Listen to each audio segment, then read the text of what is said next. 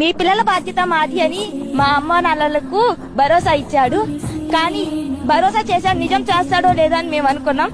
కానీ సంవత్సరానికి 15,000 రూపాయలు మా అమ్మ ఖాతాలో వేస్తూ మాకు అద్భుత రీతిగా మా అమ్మ నాన్నలకు సహాయం చేస్తున్నారు.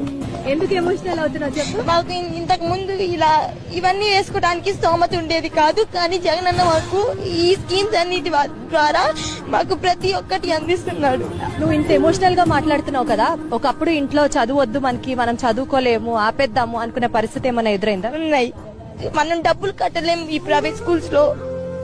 ఇప్పుడు చదువు వదిలే ఆపేసుకో, ఇప్పుడు ఎవరు చదువుకుంటున్నారు అని అందరూ మమ్మల్ని అన్నారు. కానీ మా అమ్మ నాన్నలు ఎలాగోలా గవర్నమెంట్ స్కూల్లో చేర్పించారు. కానీ అక్కడ సరైన ఫెసిలిటీస్ ఉండేవి కాదు ఇంతకు ముందు ప్రభుత్వం. ఇప్పుడు నువ్వేం చదువుతున్నావు?